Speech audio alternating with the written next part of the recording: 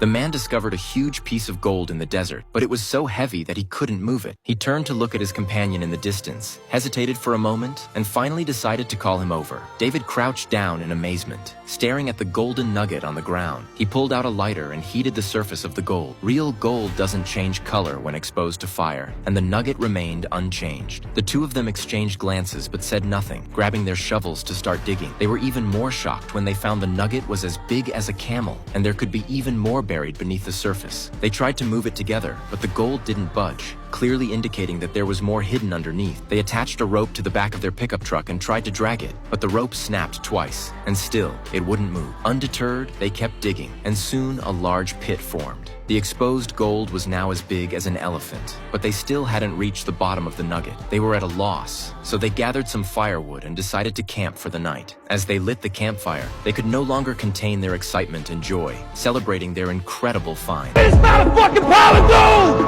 What are the odds, man? What are the odds? After calming down, they realized the next challenge: how to transport the gold. David suggested that he stay behind to guard the gold while Mike drove back to town to get a small excavator. He emphasized that they needed to keep it low-key. Mike stayed silent for a while, growing suspicious. What am I to do with the gold? You know where to get the excavator.